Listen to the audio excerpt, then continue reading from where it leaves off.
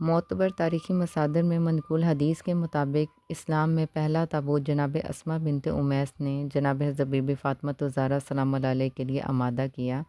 بستر بیماری پر جناب حضرت بی بی فاطمہ الزہرا سلام اللہ علیہ نے جناب اسماء بنت امیس سے خواہش ظاہر کی کہ جب میرا انتقال ہو جائے تو مجھے ایسے تابوت میں نہ رکھا جائے جس سے بدن نمایاں ہو۔ لہٰذا جناب اسماء بنت امیس نے جو تابوت حبشہ میں دیکھا تھا اس کے مطابق تابوت بنایا،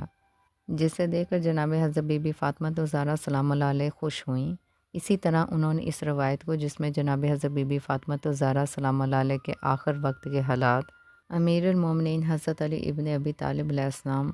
حضرت امام حسن المجتبیٰ علیہ السلام اور حضرت امام حسین علیہ السلام کی شہادت پر رد عمل کو نقل کیا ہے، اور جناب حضرت بی بی فاطمہ الزہرا سلام اللہ علیہ کی شہادت کی مناسبت سے ہونے والی عزاداری میں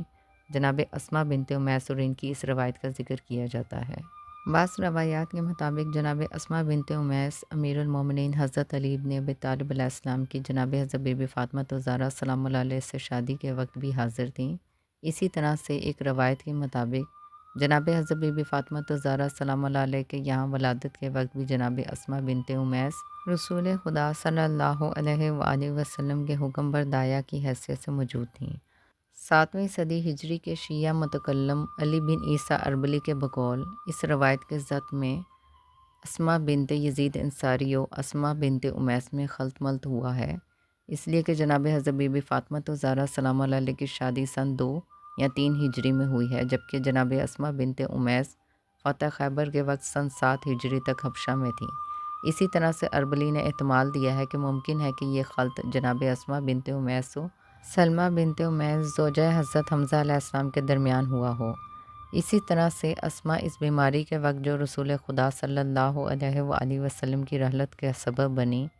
آپ صلی اللہ علیہ وآلہ وسلم کے حضور میں موجود تھیں۔ امیر المومنین حضرت علی ابن ابی طالب علیہ السلام کے ایک فرزند جو جناب اسماء بنت امیس میں سے تھے، جن کا نام یحییٰ بن علی علیہ السلام تھا، بچپن میں ہی انتقال کر گئے۔ جناب اسماء بنت امیس کا واقعہ کربلا سے گہرا تعلق ان کے بیٹوں کی قربانی اور اہل بیت اطہار علیہ السلام سے ان کی بے پناہ محبت کی وجہ سے ہے۔ تاریخی اختلاف۔ بعض تاریخی مصادر میں علماء دین کے مطابق جناب اسماء بنت امیس خود واقعہ کربلا 61 ہجری کے وقت باحیات نہیں تھیں، وہ غالباً 38 ہجری سے 40 ہجری کے درمیان امیر المومنین حضرت علی ابن ابی طالب علیہ السلام کی شہادت کے آس پاس انتقال کر گئی تھیں۔ تاہم ان کی اولاد کی قربانیوں نے ان کا نام کربلا کی تاریخ میں ہمیشہ کے لیے زندہ رکھا ہے۔